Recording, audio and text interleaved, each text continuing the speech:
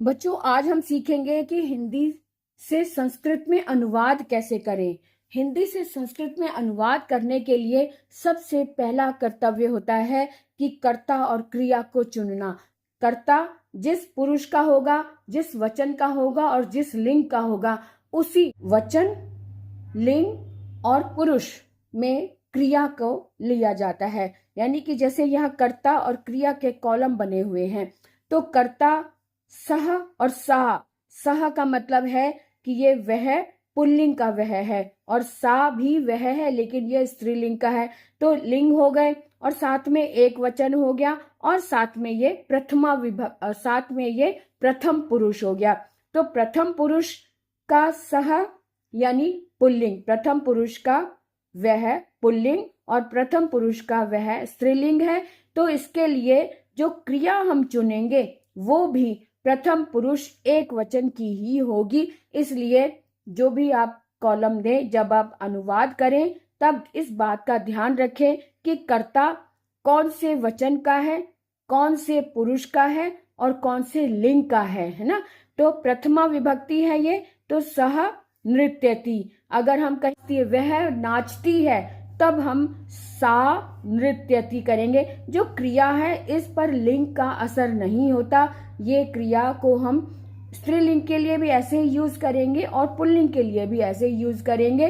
तो इसलिए इस बात का ध्यान रखें, एक वचन है और साथ में प्रथम पुरुष है, ये तीनों ही प्रथम पुरुष के हैं, तो सह के साथ नृत्यति आता। और तौ है, ये द्विवचन हो गया, तो द्विवचन के साथ क्रिया भी द्विवचन की ही लगेगी। और साथ में लिंग का भी ध्यान रखना है। तौ पुल्लिंग का है, पुल्लिंग द्विवचन है, तो इसकी क्रिया भी द्विवचन की ही होगी। यहाँ पर पुल्लिंग या स्त्रीलिंग का असर नहीं होता, लेकिन यहाँ पर ध्यान रखना होता है कि तौ यानी द्विवचन है पुल्लिंग का, और ते द्विवचन है स्त्रीलिंग का। अगर स्त्री की बात हो रही है, किसी लड़कियों के लिए बात हो रही है, लड़कियां गाती हैं, तो दो लड़कियां गाती हैं, तो हम कहेंगे वे दो गाती हैं, तो ते गायतः। वे दो गाते हैं, तो तौ गायतः। अब यहाँ बहुवचन में आ जाते हैं। ये बहुवचन में बहुवचन का कर्ता है, तो बहुवचन की ही क्रिया होगी, इस बात का ध्यान रखना है। तो ते बहुवचन पुल्लिंग का हो गया है ना, सहा तौ ते होता है ना, तो सहा एक वचन, तौ द्विवचन और ते बहुवचन। तो ते के साथ पठंती हो गया। वे सब पढ़ते हैं, वे सब लड़कियां पढ़ती हैं। लड़कियां यानी कि स्त्रीलिंग का आ रहा है, भले ही लड़कियां नहीं लिखा हुआ है, लेकिन वे सब पढ़ती हैं। ती है तो इसका मतलब स्त्रीलिंग है, तो ता पठंती।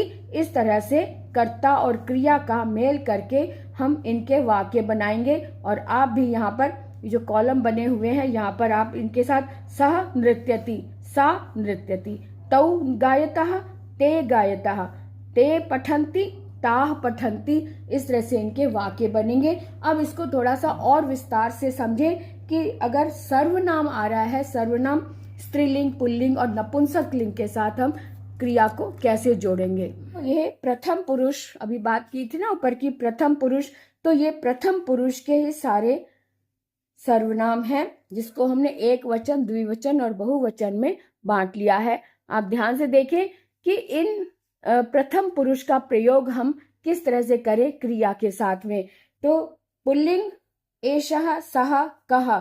एषः मैंने यह, सः मैंने वह, और कः मैंने कौन, यानी किम सर्वनाम, एत सर्वनाम और तत् सर्वनाम के ये रूप लिखे हुए हैं। द्विवचन में एतौ, तौ और कौ है ना। एतौ जो है वो पुल्लिंग है, तौ भी पुल्लिंग है और कौ भी पुल्लिंग है। ये इस लाइन में सभी पुल्लिंग के रूप है। और बहुवचन में एते, ते और के। अब आते हैं स्त्रीलिंग में।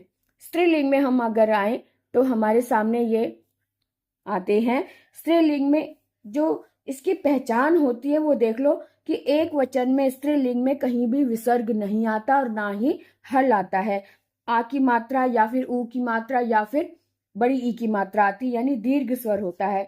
तो एषा, सा, का, ये सभी स्त्रीलिंग के रूप हैं। द्विवचन में स्त्रीलिंग कैसे होगा, एते, ते, के। और बहुवचन में स्त्रीलिंग एताह, काह और काह। बहुवचन में विसर्ग लगता है, लेकिन एक वचन या फिर द्विवचन में विसर्ग नहीं लगता। इस बात का हम ध्यान रखेंगे। नपुंसक लिंग के रूप भी देख लें, एतत्, तत् और किम। नपुंसक लिंग की ये पहचान होती है कि इसमें हल लगा होता है, इसमें ना तो विसर्ग होता है ना ही कोई मात्रा होती है।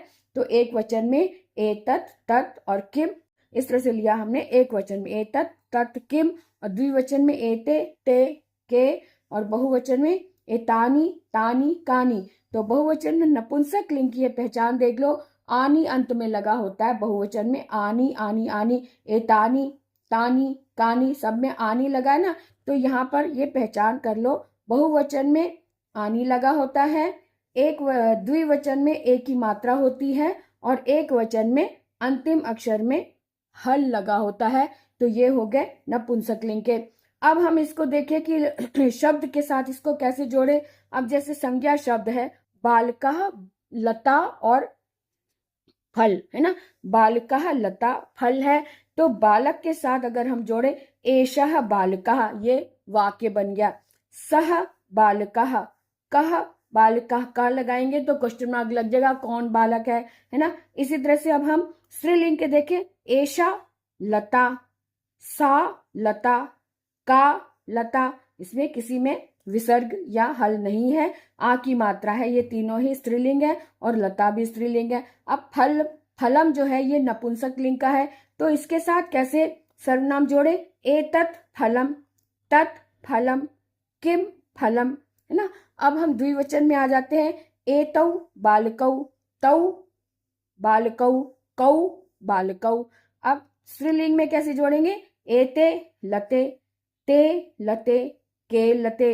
अब बहुवचन में इसी तरह से एते बालकाः, ते बालकाः, के बालकाः। अब हम ताह स्त्रीलिंग में ले ले तो स्त्रीलिंग में कैसे आएगा, सा लता, का लता, है ना। ऐसे ही पुल्लिंग में एतत् फलम, तत् फलम, किम फलम। और द्विवचन में ये स्त्रीलिंग में कैसे जोड़ेगा, एते लते, ते लते, के लते। और नपुंसक लिंग में एते फले, ते फले, के फले। ऐसे बहुवचन में एतानी, ये स्त्रीलिंग में एताह लताह, ताह लताह, काह लताह। और अगर हम इसमें नपुंसक लिंग में देखें तो एतानी फलानी, तानी फलानी, कानी फलानी। इस तरह से इनको हम जोड़कर एक वाक्य बना सकते हैं। ध्यान रहे कि इसके जो कॉलम है वो ध्यान से मैच करने चाहिए। प्रथम पुरुष का कॉलम अगर हमने लिया, प्रथम पुरुष में वह, वे दोनों, वह सब की बात होती है, और साथ में कर्ता भी, इसका जो कर्ता अगर है जैसे ये भी प्रथम पुरुष एक वचन का ही होना चाहिए, और इसकी क्रिया भी प्रथम पुरुष एक वचन की ही होनी चाहिए। अगर हमने एक वचन लिया है तो एक वचन की क्रिया लेंगे, द्विवचन का है तो द्विवचन की क्रिया, बहुवचन है तो बहुवचन की क्रिया हम इसके साथ जोड़ेंगे, जैसे कि हमने यहाँ पर देखा था, है ना। यहाँ पर जोड़ा देखा था ना, एक वचन है और साथ में क्रिया भी एक वचन है। द्विवचन की का करता है तो द्विवचन की ही क्रिया, बहुवचन का करता है तो बहुवचन की ही क्रिया होगी। इस तरह से इसको हम साथ साथ जोड़कर अनुवाद को ध्यान में रख सकते हैं। अनुवाद ऐसे किए जाते हैं। यहाँ हम इस कॉलम में अनुवाद को प्रॉपर देखेंगे कि अनुवाद कैसे करें। यहाँ देखो, मध्यम पुरुष के बारे में बताया गया है, मध्यम पुरुष का, है ना। तो अभी शुरू में देखा था कि प्रथम पुरुष का देखा था, अब हम मध्यम पुरुष की बात कर रहे हैं। मध्यम पुरुष में पुल्लिंग के रूप हो गए एक वचन, द्विवचन, बहुवचन। स्त्रीलिंग के रूप हो गए एक वचन, द्विवचन, बहुवचन। और नपुंसक लिंग के रूप हो गए, नपुंसक लिंग में मध्यम पुरुष के कर्ता नपुंसक लिंग में नहीं होते, तो इसमें हम नपुंसक लिंग को नहीं जोड़ेंगे क्योंकि इसमें कर्ता नहीं, क्योंकि स्त्रीलिंग और पुल्लिंग तुम और मैं जो है वो दोनों में समान होता है। अब मध्यम पुरुष में तुम जो होता है, मध्यम पुरुष का ही शब्द होता है, मध्यम पुरुष में त्वम होता है ना, तो मध्यम पुरुष को हम इसको देखेंगे, मध्यम पुरुष की क्रिया और मध्यम पुरुष का कर्ता, इनको साथ साथ जोड़कर हम देखेंगे। जैसे त्वम छात्रः असि, तुम छात्र हो, ये एक वचन की बात हो रही है। त्वम छात्रासि, त्वम पठसि, तुम पढ़ते हो, त्वम गायसि, तुम गाते हो, ये एक वचन में त्वम आ गया। अब द्विवचन में युवाम आता है, तो युवाम छात्रौ था। यहाँ पर ये युवाम अगर द्विवचन है तो छात्रौ भी द्विवचन है, और इसकी जो क्रिया है ये भी द्विवचन की होगी, है ना। यहाँ पर एक वचन था, त्वम एक वचन है, छात्र भी एक वचन है, और असि भी एक वचन है। इस तरह से युवाम छात्रौस्था द्विवचन, युवाम गच्छता, तुम दोनों जाते हो, युवाम तरथा, दोनों तैरते हो। द्विवचन की क्रिया में स्थ लगता है, ये इसकी पहचान है। और तुम को द्विवचन में तुम दोनों को युवाम बोलते हैं, त्वम युवाम यूयम, है ना। तो इस बात का ध्यान रखना है कि एक वचन में एक वचन का कर्ता है तो उसकी क्रिया भी एक वचन की होगी, और अगर मध्यम पुरुष की क्रिया, मध्यम पुरुष का कर्ता है तो उसकी क्रिया भी मध्यम पुरुष एक वचन की होगी। यहाँ पर द्विवचन की बात हो रही है तो मध्यम पुरुष की बात हो रही है, तो मध्यम पुरुष एक वचन है कर्ता, तो मध्यम पुरुष एक वचन की ही क्रिया होगी। इसी तरह से अब हम आते हैं बहुवचन पर। बहुवचन का कर्ता है तो बहुवचन की ही क्रिया होगी। तो यूयम छात्रास था, यूयम क्रीडथ, और यूयम धावथ। बहुवचन में थ आता है, तो इसलिए ये इसकी पहचान का भी ध्यान रखना है। स्थ असि, स्थ स्थ, ये होना, इसका असि का मतलब हो। तो यहाँ पे यूयम बहुवचन है, यूयम तुम सब है, तुम सब छात्राह हो, है ना। अब यहाँ पे छात्राह, छात्रौ, छात्राह, ये एक वचन, द्विवचन और बहुवचन है, क्योंकि ये जो है संज्ञा है। संज्ञा को हम तुम में नहीं बदलेंगे। संज्ञा में जो है मध्यम पुरुष का असर नहीं होता, जो भी संज्ञाएं होती हैं उसको हम प्रथम पुरुष में ही रखते हैं, लेकिन जब हम कर्ता के रूप में देखते हैं, यहाँ पर कर्ता मध्यम पुरुष का है, तो मध्यम पुरुष के वचन को भी देखना है, मध्यम पुरुष की क्रिया को भी वचन के साथ में देखना है, क्योंकि वचन एक वचन है तो एक वचन की क्रिया, द्विवचन है तो द्विवचन की क्रिया, बहुवचन है तो बहुवचन की क्रिया को साथ में रखना है। अब यहाँ स्त्रीलिंग देख लो, त्वम छात्रा असि।